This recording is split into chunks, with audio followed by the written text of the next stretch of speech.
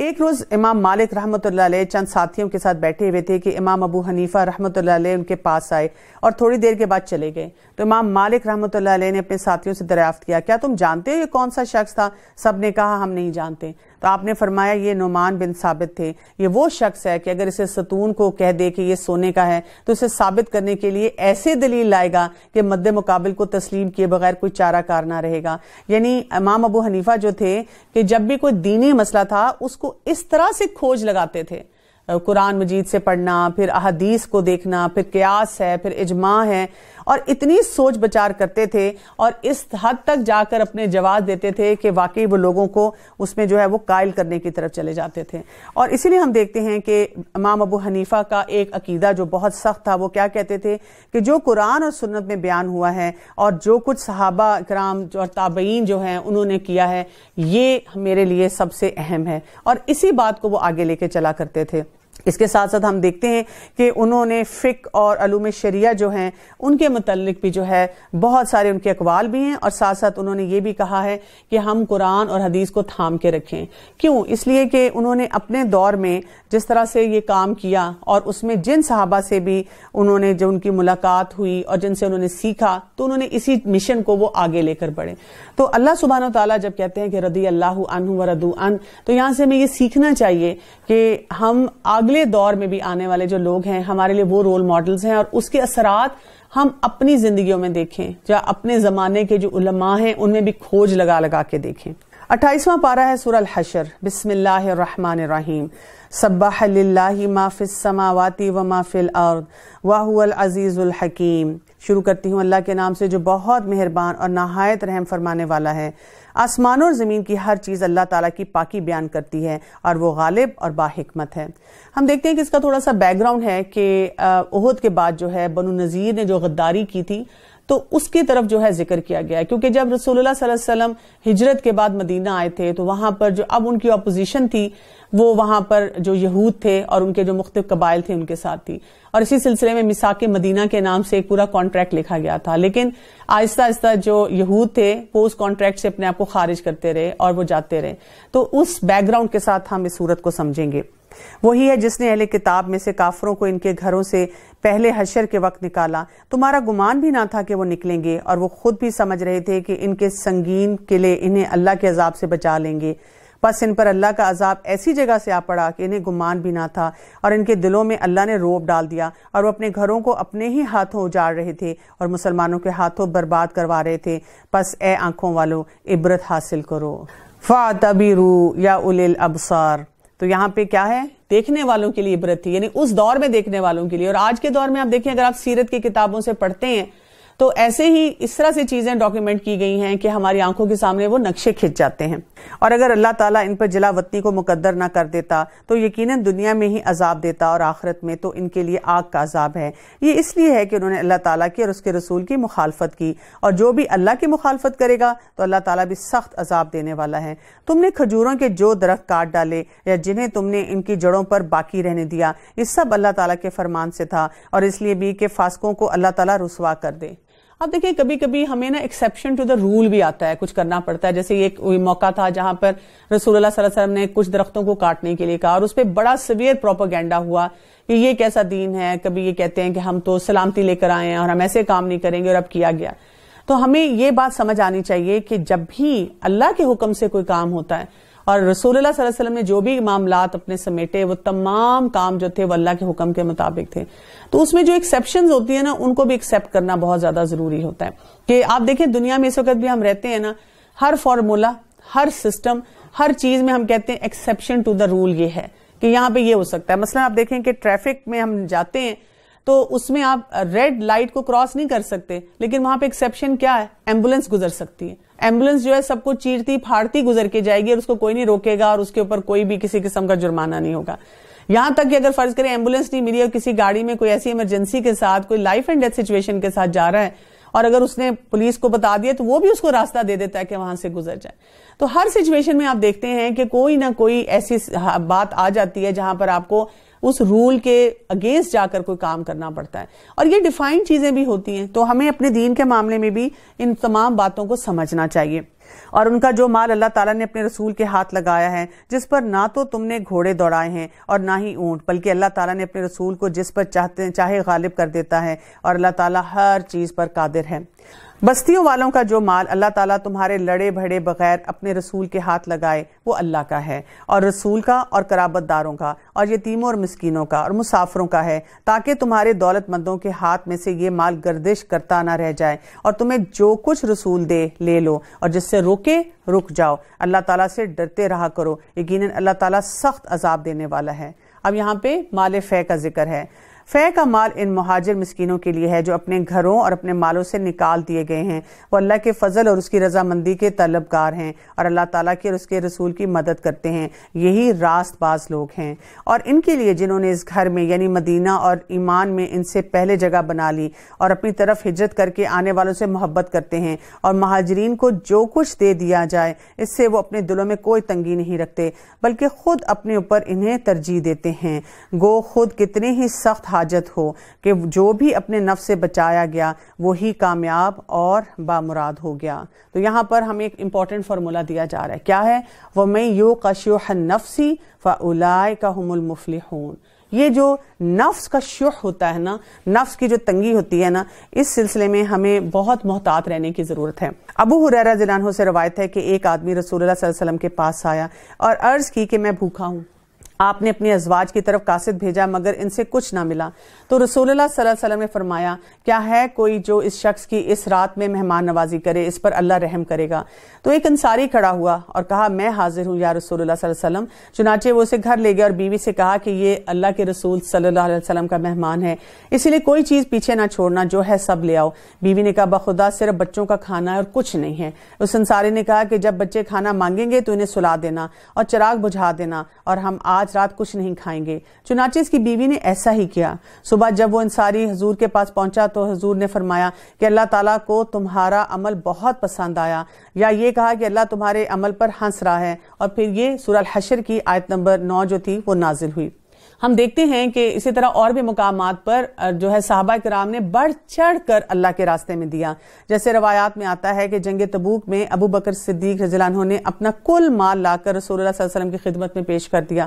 تو آپ نے پوچھا کہ ابو بکر گھر میں بھی کچھ چھوڑ کر آئے ہو؟ تو انہوں نے جواب دیا کہ اللہ اور اس کا رسول باقی چھوڑ آیا ہوں۔ ذرا کبھی یہ کوشش کریں نا، گھر سے باہر نکلیں اور سوچیں جو کچھ ہے میں نے سب دے دینا ہے۔ جیسے رمضان میں اکثر اوقات ہم دیکھتے رہتے ہیں نا، اپنی الماریوں کو ٹٹول کے دیکھتے ہیں، اچھا چلو کچھ جوڑے نکال دیتی ہوں نا، نئے سیزن کے کپڑے بنائے ہیں، یہ نکالوں نہیں، یہ شاید مجھے 2 سال بعد پہننا پڑ جائے، اچھا یہ جوتی دے دوں، ہے نہیں ٹوٹ رہی ہے لیکن بس مجھے پسند بہت ہے نا، یہ بھی رکھ لیتی ہوں، اور ہے میرے پاس 5-6 اور جوڑے بھی۔ ہم تو ایک ایک چیز جو ہے اس کو دینے کے لیے پتہ نہیں اتنا مقدمہ لمبا بڑھاتے ہیں، کتنی عدالتوں میں لے کر جاتے ہیں اپنے دل کی، اور پھر وہ عدالتیں ہمیں کہہ دیتی ہیں نہیں یہ سب چیزیں سنبھال کے رکھ لو، کبھی تو کام آئیں گی۔ اور آپ دیکھیں کہ کس حد تک ہم ہورڈنگ کر رہے ہوتے ہیں کہ ہمارے پاس سامان بھرا ہی جاتا رہتا ہے۔ تو ہم دیکھتے ہیں کہ انہوں نے کس طرح سے صحابہ کرام نے دین کے راستے میں بڑے کھلے دل کے ساتھ، وسعت دل کے ساتھ جو ہے وہ خرچ کیا۔ عبداللہ بن عمر رضی اللہ عنہ سے روایت ہے کہ رسول اللہ صلی اللہ علیہ وسلم نے فرمایا، ظلم سے بچو کیونکہ ظلم قیامت کے دن اندھیرے بن جائیں گے، بخیلی اور حس سے بچو، یہی وہ چیز ہے جس نے تم سے پہلے لوگوں کو برباد کیا، اور اسی کی وجہ سے انہوں نے خون ریزی کی اور حرام کو حلال بنا دیا۔ ایک روایت میں آتا ہے کہ رسول اللہ صلی اللہ علیہ وسلم نے فرمایا، جس طرح اللہ کی راہ کی غبار اور جہنم کا دھواں جمع نہیں ہو سکتے، اسی طرح بخیلی اور ایمان کسی کے دل میں جمع نہیں ہو سکتے۔ تو یہ جو شح نفس ہے نا، اگر میں آپ کو بتاؤں کہ آپ اس کو تھوڑا سا انڈرسٹینڈ کریں، ہماری زندگی میں جو بہت سارے مسئلے مسائل ہیں نا، یہ اسی شح نفس کی وجہ سے، اسی وجہ سے ہم دیکھتے ہیں گھروں میں جھگڑے ہیں۔ یہ ساس بہو کا جھگڑا کیا ہے؟ یہ یہی ہے نا، اس نے یہ برتن استعمال کر لیا، اس نے میری فلاں چیز جو ہے اس کو دیکھ لیا، اس نے یہ کیوں کر لیا۔ اگر دیورانی جٹھانی یا اسی طرح سے کچھ لوگ اپنے اکٹھے مل کے رہ رہے ہیں، اس کو یہ بوٹی مل گئی، اس کو یہ کھانا مل گیا، اس کو یہ نہیں ملا، اس کو یہ والا کمرہ کیوں دے دیا، اور یہ والی گاڑی کیوں دے دی، اس کو ماں باپ نے اتنا کیوں سراہ لیا۔ انہی باتوں پر ہم جو ہیں اپنے دل کو تنگ کرتے رہتے ہیں۔ کسی کی کامیابی دفتر میں دیکھتے ہیں تو ہم کہتے ہیں لو اس کو کیوں ہائر رینک مل گیا، اس کو کیوں جو ہے یہ اتنی توجہ مل گئی۔ تو تھوڑا سا شح نفس کو سمجھیں۔ بیسیکلی اگر ہم شح نفس کو دیکھیں تو اس میں جو آتا ہے کہ بخل اور حرص اور طمع جو ہے، یہ جب مل جاتا ہے نا تو یہ شح بنتا ہے، یعنی شح میں کیا آ جاتا ہے کہ لالچ بھی بہت زیادہ ہے اور بخل بھی بہت زیادہ ہے. تو پہلے ذرا بخل کو دیکھ لیں کہ کیا ہوگا کہ دل میں بڑی سخت تنگی محسوس ہوگی جب آپ کو کہیں پہ کچھ دینا پڑتا ہے, اور دل جو ہے ایک عجیب قسم کی بے چینی اور کرب میں مبتلا ہونا شروع ہو جاتا ہے, اور اس کے ساتھ آپ کو ہر وقت ڈر لگا رہتا ہے کہ میرے پاس کم ہونا شروع ہو جائے گا, پھر میں کیا کروں گا. جیسے میں نے آپ کو بتایا نا, اپنی کلوزٹ کھولی اور ایک جوڑا آپ نے نکالا اور سوچا کہ سال ہو گیا میں نے اس کو نہیں پہنا, یہ تو آؤٹ آف فیشن بھی ہو چکا ہے, ٹھیک ہے بڑی اچھی کوالٹی کا ہے, بڑا ایکسپینسو میں نے بنایا تھا, بڑے دل سے بنایا تھا, ہارڈلی وورن, پہنا ہی بہت کم ہے, دے دوں کسی کو, کتنی ضرورت مند ہیں, کسی کی بچی کی شادی ہو رہی ہے, یا ویسے ہی کچھ لوگوں کو چاہیے, سفید پوش لوگ ہوتے ہیں بیچارے, دفتروں میں خواتین کام کرتی ہیں, کئی دفعہ ان کی ضرورت ہوتی ہے. اور آپ دیکھیں کووڈ کی وجہ سے کتنے لوگوں کے فائنینشیل کرائسس اتنے ہیں کہ ہم آسانی سے ان کے لیے اپنے گھروں سے چیزیں نکال کے ان کی مدد کر سکتے ہیں, لیکن ساتھ ہی کیا یہ دل کی تنگی آ گئی, ہائی کوئی ایونٹ ایسا نہ آ جائے کہ مجھے یہی پہننا پڑ جائے, یہی مجھے چاہیے ہوگا, پھر میں کیا کروں گی. تو یہ جو بخل اور کنجوسی ہوتی ہے, اس کی بہت بڑی وجہ جو ہوتی ہے وہ حب المال ہوتی ہے, کہ آپ کے دل میں مال کی اتنی زیادہ محبت آ جاتی ہے کہ اب آپ کا کسی کو دینے کو یا کچھ آگے کرنے کو دل نہیں چاہتا. اب یہی چیز جب شدت اختیار کرتی ہے, اور اس میں صرف یہی نہیں ہے کہ آپ نے اپنے پاس کھینچ کے اور چھپا کے رکھنا ہے, اس کے ساتھ ساتھ حرص و طمع بھی جو ہے وہ بڑھنا شروع ہو جاتا ہے.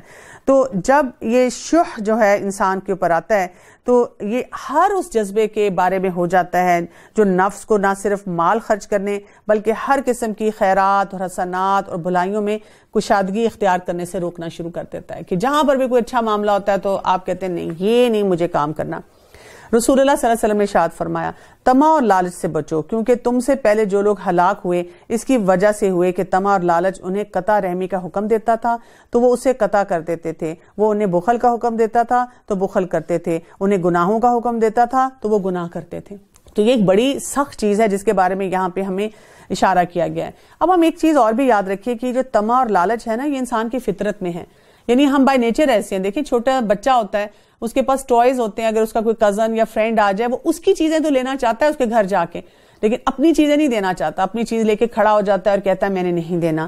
لیکن آپ دیکھیں کہ یہی چیز تو انسان جو ہے وہ سیکھتا ہے, اپنے آپ کو ٹیم کرتا ہے کہ ٹھیک ہے مجھے بہت محبت ہے لیکن میں نے کس وجہ سے دینا ہے, وہ مقصد جو ہے اس کو سامنے رکھتا ہے.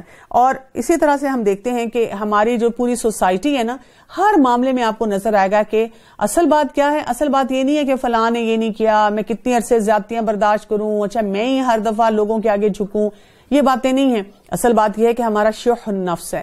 پہلے خاندان جو ہم سے تھے وہ کیا تھے, وہ اتنی بڑی بڑی برادریوں کے ساتھ رہتے تھے, بڑے بڑے خاندان ہوتے تھے, اور کئی دفعہ ان کے پاس ریسورسز بھی بہت کم ہوتے تھے جو آج کے دور میں نہیں ہیں.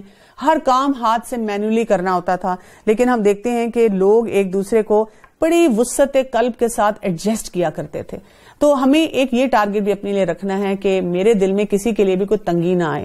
یہ نہیں ہے کہ میکے کو میں نے برداشت کر لیا لیکن سسرال میں سے کوئی آ کر بیٹھے تو اس کے لیے مجھے کوئی کام کرنا تو پڑے. اب دیکھیں میری دل میں کتنی تنگی ہوتی ہے. یا کوئی فلاں شخص ہے, اس کو میں نے کبھی کسی مدد کے لیے پکارا, وہ کسی وجہ کی وجہ سے کوئی اپنی اس کی ذاتی وجوہات تھیں, وہ کام نہیں کر سکا میرے لیے, لیکن اب مجھے جب اس نے کسی کام کے لیے کہا, اب میں کر بھی رہی ہوں اور دل میں میری اتنی تنگی بھی ہے, میرا دل ہی نہیں چاہ رہا. تو اس کو کہتے ہیں ابنڈنٹ مینٹیلٹی, اپنے آپ کے لیے سوچنا کہ اللہ کے خزانوں میں کمی نہیں ہے, اگر میں نے دے دیا نا, میں نے چھوڑ دیا تو مجھے کوئی مسئلہ نہیں ہوگا, انشاءاللہ اس سے گروتھ ہی ہوگی, اس سے آگے ہی بڑھنا ہوگا. اور ان کے لیے جو ان کے بعد آئیں گے اور کہیں گے کہ اے ہمارے رب ہمیں بخش دے, اور ہمارے ان بھائیوں کو بھی جو ہم سے پہلے ایمان لا چکے, اور ایمانداروں کی طرف ہمارے دل میں کینہ اور دشمنی نہ ڈال, اے ہمارے رب بے شک تو شفقت اور مہربانی کرنے والا ہے. تو جب ایسا موقع ہوتا ہے تو ہم کون سی دعا پڑھتے ہیں, ربنا اغفر لنا ولاخواننا الذین سبقونا بالایمان ولا تجعل فی قلوبنا غلا للذین آمنوا ربنا انک رؤوف الرحیم. تو ہمارے دل میں یہ جو سوچ بھی آ جاتی ہے, تھوڑا سا پوائنٹ بھی آ جاتا ہے کسی کو دیکھ کے کہ اچھا اس نے یہ نہیں کیا تھا اور اب میرے سے یہ ایکسپیکٹ کر رہا ہے, یا میں اس کے لیے کروں, اللہ کی شان ہے. یہ والی سوچ بھی اتنی سی بھی 0.1% بھی آئے نا تو یہ نکل جائے. کیا تو نے منافقوں کو نہ دیکھا کہ اپنے اہل کتاب کافر بھائیوں سے کہتے ہیں کہ اگر تم جلا وطن کیے گئے تو ضرور بالضرور ہم تمہارے ساتھ نکل کھڑے ہوں گے, اور تمہارے بارے میں ہم کبھی بھی کسی کی بات نہ مانیں گے, اور اگر تم سے جنگ کی جائے گی تو بخدا ہم تمہاری مدد کریں گے، لیکن اللہ تعالیٰ گواہی دیتا ہے کہ قطعاً جھوٹے ہیں۔ اگر وہ جلا وطن کیے گئے تو یہ ان کے ساتھ نہ جائیں گے، اور اگر ان سے جنگ کی گئی تو یہ ان کی مدد بھی نہ کریں گے، اور اگر بالفرض مدد پہ آ بھی گئے تو پیٹھ پھیر کر بھاگ کھڑے ہوں گے، پھر مدد نہ کیے جائیں گے۔ اب آپ دیکھیں منافق جو ہیں ان کے رویوں کی طرف اشارہ کیا جا رہا ہے نا۔ اس کی ویسے بھی پہچان ہمیں جو ہے حدیث میں کیا بتا دی گئی تھی؟ وعدہ خلافی کرنا، جھوٹ بولنا، امانت کا پاس نہ رکھنا، اور جو بھی عہد کیا، جو بھی معاملات ہیں اس میں ہر چیز میں ان کا ایک ڈبل فیسڈ ایٹیچیوڈ ہوتا ہے۔ تو اللہ تعالیٰ بتا رہے ہیں کہ وہ کسی صورت میں بھی ریلائبل لوگ نہیں ہیں۔ دنیا میں بھی آپ دیکھیں کہ اگر ہمیں ایسے ٹریٹس کے لوگ نظر آئیں، کیونکہ منافقوں کی جب بات ہوتی ہے تو نظر تو ہم نے اپنے اوپر رکھنا ہے نا، کیونکہ دل کی بیماری ہے کہ ہمارے دل میں یہ بیماری نہ ہو، لیکن بائی لارج سوسائٹی میں اگر ہمیں یہ رویے نظر آئیں، مثلا ایک شخص ہے جو آپ سے لگاتار جھوٹ بولتا ہے، تو آپ کو کیا کرنا ہے؟ محتاط ہو جانا ہے، اس کے اوپر ایسے کام میں، ایسے سلسلے میں بھروسہ نہیں کرنا کہ آپ کو ہی پھر زیادہ نقصان ہو، یا کوئی کمٹمنٹ پوری نہیں کرتا، یا رسپانسبل ایٹیٹیوڈ جو ہے وہ نہیں شو کرتا۔ تو ان تمام معاملات میں پھر ہمیں یہ تو نہیں کرنا کہ اس شخص کو منافق کہنا شروع کر دیں، لیکن یہ ضرور ہم کر سکتے ہیں کہ اپنے معاملات میں محتاط ہو جائیں۔ مسلمانوں یقین مانو کہ تمہاری ہیبت ان کے دلوں میں بنسبت اللہ کی ہیبت کے بہت زیادہ ہے، اور یہ اس لیے ہے کہ یہ بے سمجھ لوگ ہیں۔ یعنی اللہ سے نہیں ڈرتے لیکن لوگوں سے ڈرتے ہیں، اور ہمارا بھی دیکھیں سوسائٹی میں رہتے ہوئے ایسا ہی موٹو ہوتا ہے نا، لوگ کیا کہیں گے۔ یہ سب مل کر بھی تم سے لڑ نہیں سکتے، ہاں یہ اور بات ہے کہ قلعہ بند مقامات میں ہوں یا دیواروں کی آڑ میں ہوں، اور ان کی لڑائی تو ان میں آپس میں ہی بہت سخت ہے۔ گو آپ انہیں متحد سمجھ رہے ہیں، لیکن ان کے دل دراصل ایک دوسرے سے جدا ہیں، اس لیے کہ یہ بے عقل لوگ ہیں۔ یعنی کہ یہ اندر آپس میں بھی ان کے اختلافات ہیں۔ آپ کسی بھی مذہب میں اگر آپ جائیں گے نا، تھوڑا سا ان کو ریسرچ کریں گے یا پڑھنے کی کوشش کریں گے تو آپ دیکھیں گے کہ ان کے اندر بہت سے اختلافات ہیں، لیکن جب ان کو مسلمانوں کے مقابلے پہ آنا ہوتا ہے تو وہ سب متحد ہو جاتے ہیں، اور اس وجہ سے ہمیں لگتا ہے کہ اچھا یہ ان کا ایک کامن پرپز ہے جس کو یہ حاصل کرنے کے لیے لگے ہوئے ہیں۔ ان لوگوں کی طرح جو ان سے کچھ پہلے ہی گزر چکے ہیں، جنہوں نے اپنے کام کا وبال چکھ لیا اور جن کے لیے المناک عذاب ہے۔ شیطان کی طرح کہ اس نے انسان سے کہا کفر کر، جب کفر کر چکا تو کہنے لگا کہ میں تجھ سے بری ہوں، میں تو اللہ رب العالمین سے ڈرتا ہوں۔ بس دونوں کا انجام یہ ہوا کہ آتش دوزخ میں ہمیشہ کے لیے رہیں گے، اور ظالموں کی یہی جزا ہے۔ اے ایمان والو، اللہ سے ڈرتے رہو، یا ایھا الذین آمنوا اتقوا اللہ۔ اللہ کے تقوی کی یہاں پر بات ہو رہی ہے، اور ہر شخص دیکھ بھال لے کہ کل قیامت کے واسطے اس نے اعمال کا کیا ذخیرہ بھیجا ہے، اور ہر وقت اللہ سے ڈرتا رہے۔ اللہ تعالیٰ تمہارے سب اعمال سے باخبر ہے۔ تو اصل کام کیا کرنا ہے؟ ہمیں یہ دیکھتے رہنا ہے کہ ہم آگے کیا بھیج رہے ہیں۔ اصل اس چیز پہ ہماری توجہ ہونی چاہیے۔ ابو ہریرہ رضی اللہ عنہ سے روایت ہے کہ اللہ کے رسول صلی اللہ علیہ وآلہ وسلم نے فرمایا، جب انسان مر جاتا ہے تو اس کے عمل ختم ہو جاتے ہیں سوائے 3 چیزوں کے۔ نمبر 1 صدقہ جاریہ، نمبر 2 ایسا علم جس سے فائدہ اٹھایا جاتا رہا ہو، یعنی نفع بخش علم، اور نمبر 3 نیک اولاد جو مرنے والے کے لیے دعا کرے۔ معاذ بن جبل رضی اللہ عنہ بیان کرتے ہیں کہ نبی کریم صلی اللہ علیہ وآلہ وسلم نے فرمایا، کیا میں تمہیں خیر و بھلائی کے کام نہ بتاؤں؟ اور وہ یہ ہیں کہ روزہ گناہ کے مقابلے میں ڈھال ہے، اور صدقہ گناہ کو اس طرح مٹا دیتا ہے جس طرح پانی آگ کو بجھا دیتا ہے، اور تہجد کی نماز بھی ایسا ہی خیر کا کام ہے۔ تو بات کیا ہے؟ جو کرنے والے کام ہے نا اس پہ توجہ دینی چاہیے۔ اور آپ دیکھیں گے کہ ہم سب کے مزاج میں یہ ہوتا ہے، جب ہمارے پاس بہت ساری کمٹمنٹس ہونا تو تب ہم فضولیات میں خود ہی نہیں پڑتے، ٹائم ویسٹر ہماری زندگی سے خود ہی نکل جاتے ہیں۔ تو یہاں پہ ہمیں یہ بتایا جا رہا ہے کہ جب ہم ہر وقت یہ سوچیں گے نا کہ مجھے آگے کے لیے کیا بھیجنا ہے، تو ہمارے پاس ہمیشہ ایک ہیلدی ایجنڈا ہوگا۔ یعنی کہ صبح جب آپ اٹھیں گے تو ہم یہ نہیں سوچیں گے ساس بہو نے جھگڑا کیسے کرنا ہے، دفتر میں نے جونیئر یا سینئر کے ساتھ جو ہے کس طرح لڑائی جھگڑے یا وہی باتیں لیگ پولنگ کرنی ہے، فلاں کو میں نے آج کون سی باتیں سنانی ہے، یہ نہیں ہوگا۔ اگر آپ کو یہ فکر ہے کہ الحمدللہ اللہ نے ایک اور نیا دن دیا ہے تو مجھے فریش سٹارٹ لینا ہے، مجھے اپنی آخرت کے سامان جو ہیں وہ پیدا کرنے ہیں۔ اور تم ان لوگوں کی طرح مت ہو جانا جنہوں نے اللہ کے احکامات کو بھلا دیا تو اللہ نے بھی انہیں اپنی جانوں سے غافل کر دیا، اور ایسے ہی لوگ نافرمان یعنی کہ فاسق ہوتے ہیں۔ یہ بھی بہت اہم بات ہے جس کو یاد رکھنے کی ضرورت ہے، کیونکہ یہاں پہ کہا جا رہا ہے وَلَا تَكُونُوا كَالَّذِينَ نَسُوا اللَّهَ فَأَنسَاهُمْ أَنفُسَهُمْ أُولَٰئِكَ هُمُ الْفَاسِقُونَ۔ کیا بات سوچیں، یہ کتنی شدید بات ہے کہ جو انسان اللہ کے احکامات کو بھلا دیتا ہے اپنی جان سے غافل ہو جاتا ہے۔ ایسے ہی ہے نا، کیوں؟ اس لیے کہ اللہ تعالیٰ کے احکامات ہمیں کیا سکھا رہے ہیں؟ ہماری اپنی ذات کی بہتری سکھا رہے ہیں، ہم اپنی سیلف کیئر میں جاتے ہیں، ہمارے تعلقات کی بہتری سکھا رہے ہیں، ہمیں گروتھ مائنڈ سیٹ دے رہے ہیں کہ ہم اپنی لرننگ کی طرف توجہ دیں، ہم بہتر سے بہتر انسان بنیں، ہم صرف اپنی ذات کے لیے نہیں، ہم لوگوں کے لیے بھی بہتر بنیں۔ تو جو انسان اللہ کو بھلا دیتا ہے، اللہ کو یاد نہیں کرتا تو وہ کیا کرتا ہے؟ وہ کوئی سیلف کیئر کے فارمولے پہ نہیں جاتا. یعنی آپ دیکھیں اللہ کو بھولنے والے کیا کیا کام کر رہے ہیں. سب سے پہلے تو آپ دیکھیں کئی لوگ نشے میں چلے جاتے ہیں, زندگی سے مایوس ہو جاتے ہیں, اپنی جان لینے کی کوشش کرتے ہیں. تعلقات میں آپ دیکھیں کتنے زہریلا پن ان کے آنا شروع ہو جاتا ہے. اگر وہ خود کسی کے ساتھ زیادتی نہیں بھی کر رہے تو جب لوگ زیادتی کرتے ہیں تو وہ بدلوں پہ اتر آتے ہیں, تو وہ کسی نہ کسی طرح سے ظلم میں شامل ہونا شروع ہو جاتے ہیں. تو یہ اپنے آپ کو بھلا دینا ہوتا ہے نا. اگر ہم چاہتے ہیں کہ میں فزیکلی بھی فٹ رہوں, مینٹلی, سوشلی, ایموشنلی فٹ رہوں, تو مجھے کیا کرنا ہے؟ اپنے رب کو یاد کرتے رہنا ہے. اور رب کو یاد کرنے کا مطلب یہ ہے کہ اللہ کا جو کلام ہے اس کے ساتھ اپنی وابستگی کو بڑھانا ہے. اور جتنی یہ وابستگی بڑھتی جائے گی تو ہماری اپنی کیئر, اپنی گرومنگ جو ہے وہ بہتر سے بہتر ہوتی جائے گی. اہل نار اور اہل جنت برابر نہیں, اور جو اہل جنت ہیں وہی کامیاب ہیں.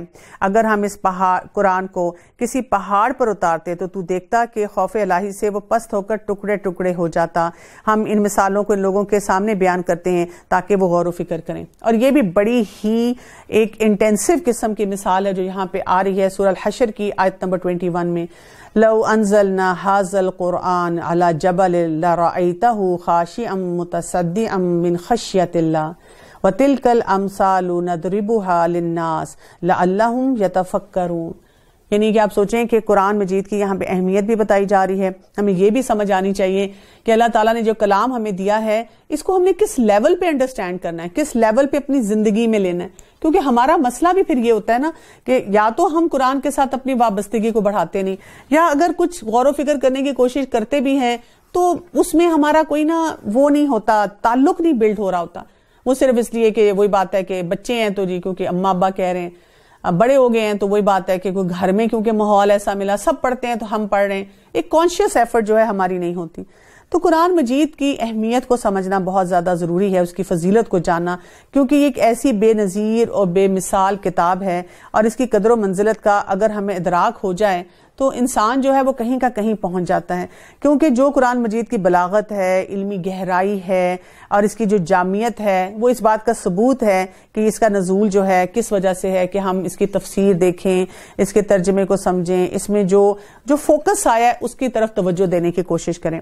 اسی لیے رسول اللہ صلی اللہ علیہ وسلم نے فرمایا اللہ تعالیٰ کی کتاب اللہ کی رسی ہے جو آسمان سے زمین کی طرف پھیلی اور لٹکی ہوئی ہے, اور ہمارا کام کیا ہے کہ ہم اس رسی کو بڑی مضبوطی سے تھامیں اور اپنے آپ کو اس سے بچائیں. جیسے ایک انسان ڈوب رہا ہوتا ہے, اس کے آگے رسی آ جائے تو کیا ہوتا ہے, اس کو لگتا ہے یہ میری لائف لائن آ گئی ہے. تو اسی طرح سے ہم جو ہے دنیا کے بہت سے مسائل میں اور اپنے نفس کے مسائل میں ڈوب رہے ہوتے ہیں, اور یہ ہمیں بچانے کے لیے ہے. رسول اللہ صلی اللہ علیہ وسلم نے فرمایا بے شک اللہ تعالیٰ اس کتاب کے ساتھ کتنی قوموں کو بلند کرتا ہے اور کتنوں کو ہی پست کر دیتا ہے. سیدنا ابو سعید رضی اللہ عنہ فرماتے ہیں کہ رسول اللہ صلی اللہ علیہ وسلم نے فرمایا میں تجھے تقوی کی وصیت کرتا ہوں کیونکہ وہ ہر چیز کی اصل ہے, اور جہاد کرنا کیونکہ جہاد اسلام کی رہبانیت ہے, اور اللہ تعالیٰ کا ذکر اور قرآن مجید کی تلاوت کیا کرو کیونکہ یہ ذکر و تلاوت تیرے لیے آسمان میں خوشگواری اور کسی وقت کی قید کے بغیر سیر کرنے اور زمین میں عزت کا باعث ہے. تو بہت ہی خوبصورت طریقے سے پھر ہمیں یہی بتایا گیا ہے کہ ہم اپنے تعلق کو بڑھائیں. ہم دیکھتے ہیں کہ امام شاطبی رحمۃ اللہ علیہ نے فرمایا کہ قرآن مجید بہترین ہم نشین ہے جس کی باتوں میں کبھی اکتاہٹ نہیں ہوتی, اس کا بار بار ورد اس کے جمال میں اضافے کا ہی سبب جو ہے وہ بنتا ہے. اسی طرح انس رضی اللہ عنہ فرماتے ہیں کہ اللہ کے رسول صلی اللہ علیہ وسلم نے فرمایا بے شک لوگوں میں سے اللہ تعالیٰ کے کچھ خاص دوست ہوتے ہیں. جب پوچھا گیا کہ وہ کون ہیں تو فرمایا اہل القرآن, وہ کون سے ہیں؟ اہل اللہ و خاصہ, قرآن والے جو ہیں وہ اللہ والے ہیں اور وہ بہت ہی خاص لوگ ہوتے ہیں. تو اب آپ سوچیں کہ جیسے کسی کو کہیں پروٹوکول ملتا ہے نا, اور اس پروٹوکول کی وجہ سے بڑا اپنے آپ کو امپورٹنٹ محسوس کرتا ہے, تو اگر ہم قرآن سے اپنی اس وابستگی کے ساتھ اپنے آپ کو ہر وقت بتائیں کہ دس از اے پروٹوکول فار می, یہ اللہ تعالیٰ کی طرف سے میرے لیے ایک ایسا تعلق آ رہا ہے جس کو میں اگر سمجھنا شروع کروں تو مجھے ہی فائدہ ہوگا.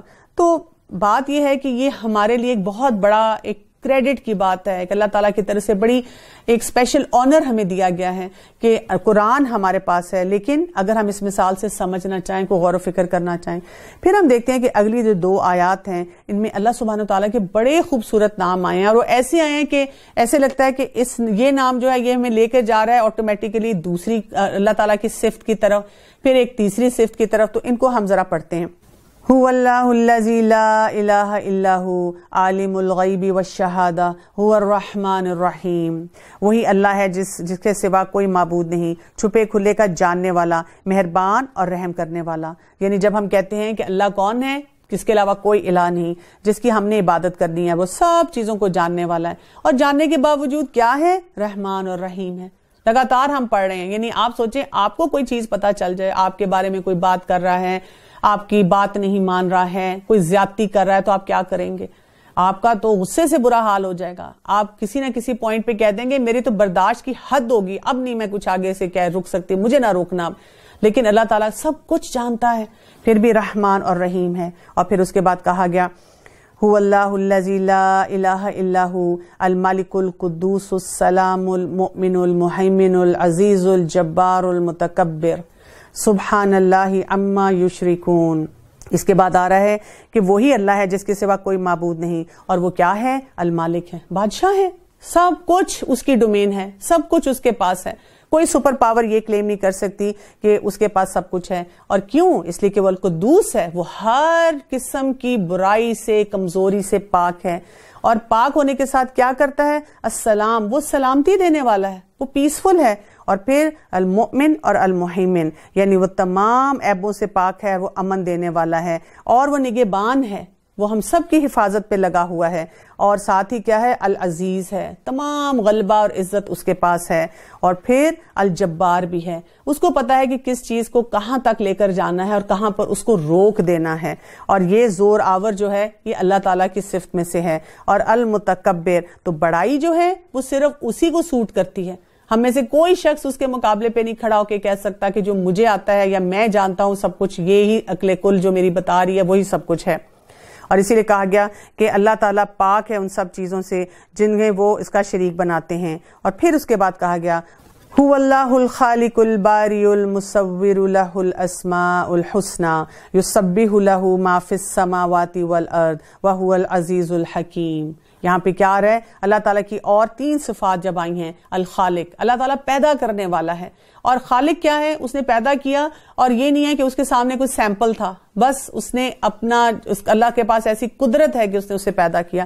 پھر الباری، کوئی را مٹیریل بھی نہیں تھا کہ اس کے پاس کہ اس نے اس سے بنانا ہے. اور پھر المصور، اس نے کیا کیا شکلیں بنائی ہیں. یعنی اگر ہم ان چیزوں پہ غور کرنا شروع کریں، آپ اپنے ہاتھوں کو ہی دیکھ لیں، اگر ہماری صرف 2 انگلیاں ہوتی یا 10 ہوتی ایک ہاتھ میں، تو ہم کیسے چلتے. یعنی آپ جس ایریا کو اپنے دیکھتے ہیں تو، اور اگر ان کا سائز ایک ہوتا، ایک ہی ڈائریکشن میں ہوتی، تو پھر آپ دیکھیں ہر چیز میں ہمیں پتا چلتا ہے کہ اللہ تعالیٰ نے جس طرح سے ان چیزوں کو بنایا ہے، جس طرح سے کریٹ کیا ہے، اس کی کوئی مثل ہی نہیں ہے. اور اسی لیے آتا ہے کہ وہی اللہ ہے پیدا کرنے والا، وجود بخشنے والا، صورت بنانے والا، اور اسی کے لیے نہایت اچھے نام ہیں. ہر چیز خواہ وہ آسمانوں میں ہے خواہ وہ زمین میں ہے، اس کی پاکی بیان کر رہی ہے. اور وہ کیا ہے، غلبے والا ہے اور وہ حکمت والا ہے. تو اللہ تعالیٰ کے ناموں پہ غور و فکر کرنا اور ان کے بات سے سمجھنا کہ ہمیں اپنی زندگی کیسے گزارنی ہے، ہم ان ناموں سے کیا سیکھتے ہیں، یہ بھی بہت زیادہ ضروری ہے. 28واں پارہ ہے اور سورہ الممتحنہ. بسم اللہ الرحمن الرحیم. یا ایھا الذین آمنوا لا تتخذوا عدوی وعدوکم اولیاء تلقون الیہم بالمودہ. شروع کرتی ہوں اللہ کے نام سے جو بہت مہربان اور نہایت رحم فرمانے والا ہے. اے لوگوں جو ایمان لائے ہو، میرے اور خود اپنے دشمنوں کو اپنا دوست نہ بناؤ. تم تو دوستی سے ان کی طرف پیغام بھیجتے ہو، اور وہ اس حق کے ساتھ وہ جو تمہارے پاس آ چکا ہے کفر کرتے ہیں. پیغمبر کو اور خود تمہیں بھی محض اس وجہ سے جلا وطن کرتے ہیں کہ تم اپنے رب پر ایمان رکھتے ہو. اور اگر تم میری راہ میں جہاد کے لیے اور میری رضامندی کے طلب میں نکلتے ہو تو ان سے دوستیاں نہ کرو. تم ان کے پاس محبت کا پیغام پوشیدہ بھیجتے ہو، اور مجھے معلوم ہے کہ جو تم نے چھپایا اور جو بھی تم نے ظاہر کیا، تم میں سے جو بھی اس کام کو کرے گا وہ یقیناً راہ راست سے بہک جائے گا. اور اگر وہ تم پر کہیں قابو پا لیں تو وہ تمہیں کھلے دشمن ہو جائیں اور برائی کے ساتھ تم پر دست درازی اور زبان درازی کرنے لگیں اور دل سے چاہنے لگیں کہ تم بھی کفر کرنے لگ جاؤ.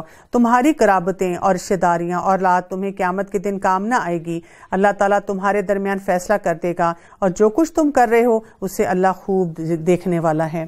اب ہم دیکھتے ہیں کہ اس کا بھی تھوڑا سا بیک گراؤنڈ ہے. جب رسول اللہ صلی اللہ علیہ وسلم نے پلاننگ شروع کی کہ اب انہوں نے مکہ کی طرف جانا ہے، فتح مکہ سے پہلے کی جو ساری پلاننگ ہو رہی تھی اور وہ چھپ کے ہو رہی تھی تاکہ خفیہ طریقے سے کیا جائے، اور مقصد یہی تھا کہ اس میں منیمم بلڈ شیڈ کے ساتھ اور بہت زیادہ مشکلات پیدا کیے بغیر ان کے پاس جایا جائے اور ان کو نظم و ضبط کے ساتھ جو ہے مکہ کے لوگوں کو قابو کیا جائے۔ یہاں پر ایک صحابی تھے جو کہ ابھی نئے نئے مسلمان ہوئے تھے، یعنی کہ ابھی ایمان ان کا اس طرح سے بہت پختہ نہیں تھا، اور ان کے بہت سے رشتہ دار جو تھے وہ مکہ میں مقیم تھے، تو ان کے دل میں یہ خیال آیا کہ کہیں کسی وجہ سے جب ہم وہاں پہ جائیں گے تو میرے رشتہ داروں کو مکہ کے جو مشرکین ہیں کوئی نقصان نہ پہنچائیں، تو انہوں نے ان کو وارن کرنے کے لیے جو ہے کہ بھئی اس طرح سے ایک پلاننگ ہو رہی ہے، اور اپنے گھر والوں کے لیے قسم کا آپ سمجھیں اسائلم یا کسٹڈی یا کوئی بھی بہتری چاہنے کے لیے چاہا کہ یہ بات جو ہے یہ ان لوگوں تک پہنچا دی جائے۔